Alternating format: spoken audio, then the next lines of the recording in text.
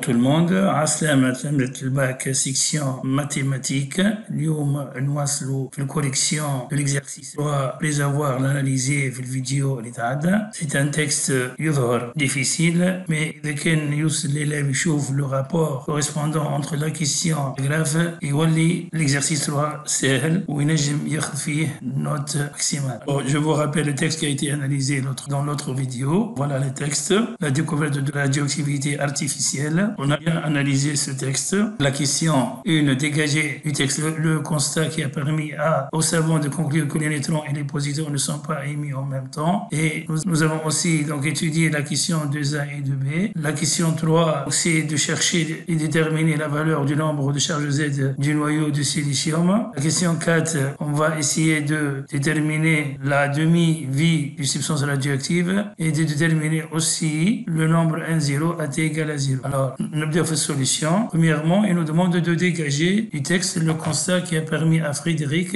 et Irène de conclure que les neutrons et les positons ne sont pas émis en même temps. Alors voilà le paragraphe. Nous lisons. À leur grande surprise, ils constatent, après avoir enlevé la source du polonium, que la feuille d'aluminium irradiée continue à émettre des positons et que le nombre diminue de moitié toutes les 3 minutes 15 secondes. Il faut immédiatement le rapprochement avec la radioactivité naturelle qu'ils connaissent bien. De A, en se référant du texte, écrit l'équation de la réaction nucléaire conduisant à la formation du noyau du phosphore 30. Alors, on dit donc la particule alpha, He de 4, plus l'aluminium Za, il va nous donner le phosphore 15,30, ça c'est donné dans le texte, plus le neutron 0,1. Il reste maintenant à chercher le Z et le A. L'année, on dit conservation de la charge et conservation de la masse. Donc, on dit Z plus 2, ça fait 15 plus 0. Donc, je tire Z égale à 13. Et il faut qu'on dit 4 plus A, ça fait 30. Donc, je tire A égale à 27. Et on dit 30 plus 1, ça fait 31 à l'imi. Ou à l'issar, on dit 4 plus A. Donc, A égale à donc 31 moins 4, ça fait Z. Ça fait 27. Au l'autre, on dit conservation de la charge. Ça fait 2 plus Z égale à 15 plus 0. Et donc, Z égale à 15 moins 2, ça fait 13. Petit B, disait qu'il s'agit d'une réaction nucléaire provoquée ou spontanée. Bien évidemment, c'est une réaction provoquée. La question 3, en exploitant la phrase soulignée dans le texte, déterminer la valeur du nombre de charges Z du noyau de silicium Si et préciser la nature du nouveau type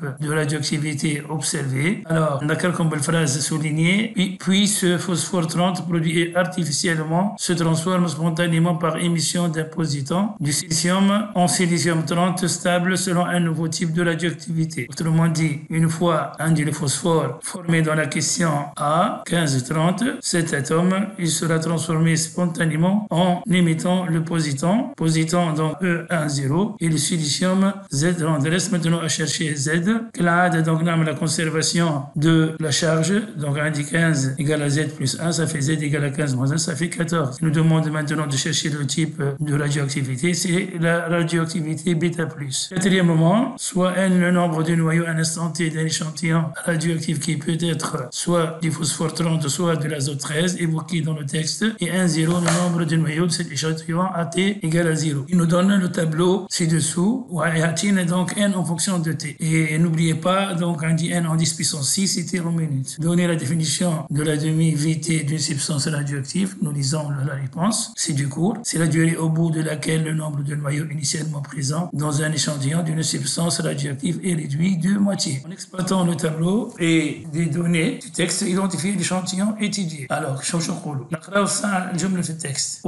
Le lendemain, Frédéric et Irène irradient avec les particules alpha du polonium toute une série d'éléments chimiques. Ils mettent en évidence un azote 13 de 14 minutes de période formé dans le bord. Vous notez 14 minutes. Alors, je m'en ai 14 minutes. Entre les instants T égale à 14 et T égale à 28 minutes, le nombre de noyaux radioactifs dans l'échantillon diminue de moitié. D'où T égale à 14 minutes. C'est la demi-vie de l'azote 13. Allez, l'azote 13, à la khadra vous voyez là, j'ai 14, là j'ai 28. Donc, nous pouvons dire, d'après le texte, qu'il s'agit bien de l'azote 13. Maintenant, on va essayer de lire la valeur de N0. Alors, après une période T, on a N égale à 5 10 puissance 6 noyaux, d'où N0 égale 10 puissance 7 noyaux. Nijette le valeur heavy. Alors, vous voyez que j'ai pour 14 minutes, j'ai 5 10 puissance 6. 5 10 puissance 6, donc ça, c'est un instant T, 5 10 puissance 6. Donc, si je multiplie d'après la définition N par 2, ça fait donc 5 fois 2, ça fait 10. 10 fois 10 puissance 6, ça fait 10 puissance 7 noyaux. Voilà, comme ça s'achève la correction l'explication de l'exercice numéro 3 qu'il s'agit du document scientifique. نزيد مرة أخرى نأكد اللي مهما تكون صعوبته l'élève ما يلزمش يخاف il se stabilise ويحاول il relie يحاول en premier lieu يقرأ texte en deuxième lieu يقرأ les questions ويحاول يعمل عملية ربط بين les questions والباراجراف. بالشكل هذا يقدر يخرج من l'exercice بطريقة facile et lucide. Je vous remercie de votre attention et à la prochaine vidéo, Inch'Allah.